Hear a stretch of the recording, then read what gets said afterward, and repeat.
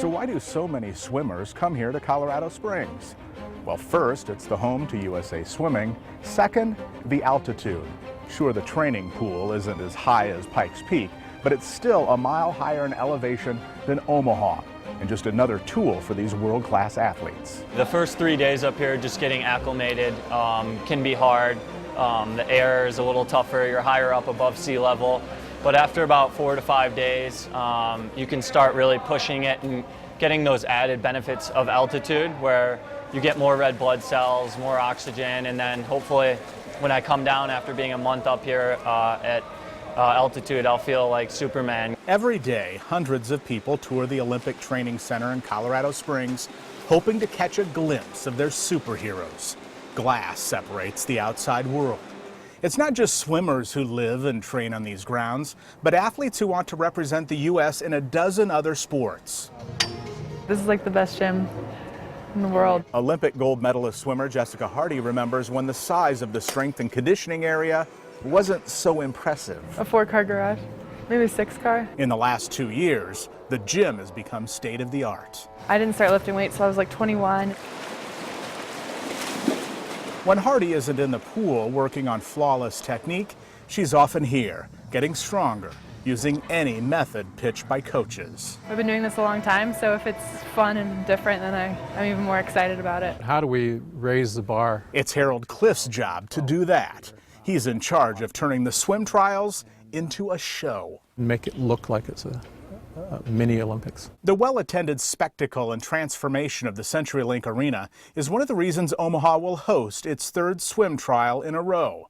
And Harold Cliff, now president of the Omaha Sports Commission, has been here for all of them.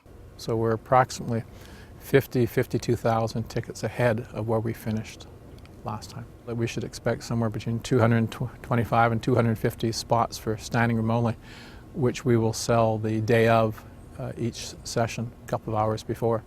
So it'll certainly set an enormous record for a swim meet in the U.S. And to think the estimated $40 million jolt into the Omaha economy could have sunk in 2008. Because of severe weather, hurricane-like winds slammed into the metro, knocking down trees, tearing apart homes, and peeling off chunks from the roof of what was then the Quest Center. When we got in, they said that we had to take cover and we couldn't go in the pool or anything. It was 48 hours before the first race of the 2008 swim trials, and all the rain that was flooding neighborhood streets was also pouring into the arena. Harold Cliff's office was here on the bottom floor. We were up to about the 2nd brick. All his notes about putting on a world-class event about swimming were on a computer and underwater. Computer's not working? Not very well. No, didn't know how to swim.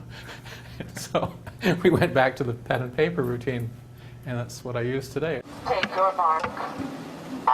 The trials went so well, Omaha was invited to host again in 2012. Indianapolis is the only place besides Omaha to host the swim trials 3 straight years. The head of USA Swimming tells me it's possible that, like the College World Series, maybe Omaha could be the permanent home to the swim trials.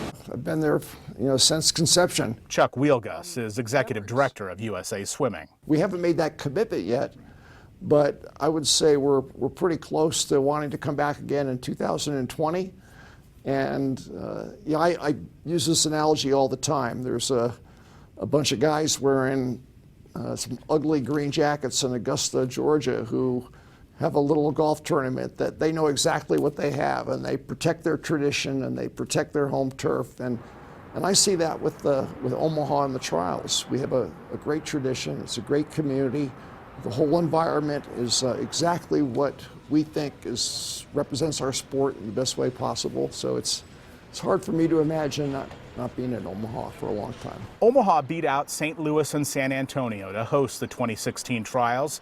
There will be 2 to 3 days when the nearby College World Series championship games will also be taking place. The only complaint I've ever heard after 2 Olympic trials was when we had a little bit of overlap because of the College World Series. And we had some hotel challenges that we had to figure out. That was it. Never had a complaint from an athlete, never had a complaint from a coach. So that says a lot. Omaha does turn into Swim City. If we were in Los Angeles or New York, we'd be lost. Since the swim trials for June are expected to be a sellout, and thus shattering previous attendance records in Omaha, why not go to a bigger venue than CenturyLink, a place that doesn't quite reach 15,000 fans a night? One of the great things about that arena, and one of the reasons we chose it, is that it's very vertical. It's not flattened out, so the sight lines for everybody are really good. There's really not too many bad seats. This is what we saw back in 2005 when we came to the Omaha leaders and said we'd like you to think about hosting the trials here. And we saw all the hotels downtown, the restaurants and shops all within walking distance, close to the airport, affordable, family friendly, the opportunity for Omaha really to be Swim City USA, for those 8 days. So all those pieces are there, and I can't imagine it being in a better place. And at the end of the day, what you're trying to do is to select the best 45 to 50 swimmers to represent the United States at the Olympic Games. And sure, you may put it in a dome with 50,000 seats, but I would defy anyone to say that they're going to watch with any great interest from row 400 a swim meet. Up next, Orlando or Omaha. Hear what one family picked for vacation. Plus, what's the deal with a lifeguard watching the world's best swimmers? When Train Trials Glory 60 Days to Omaha returns.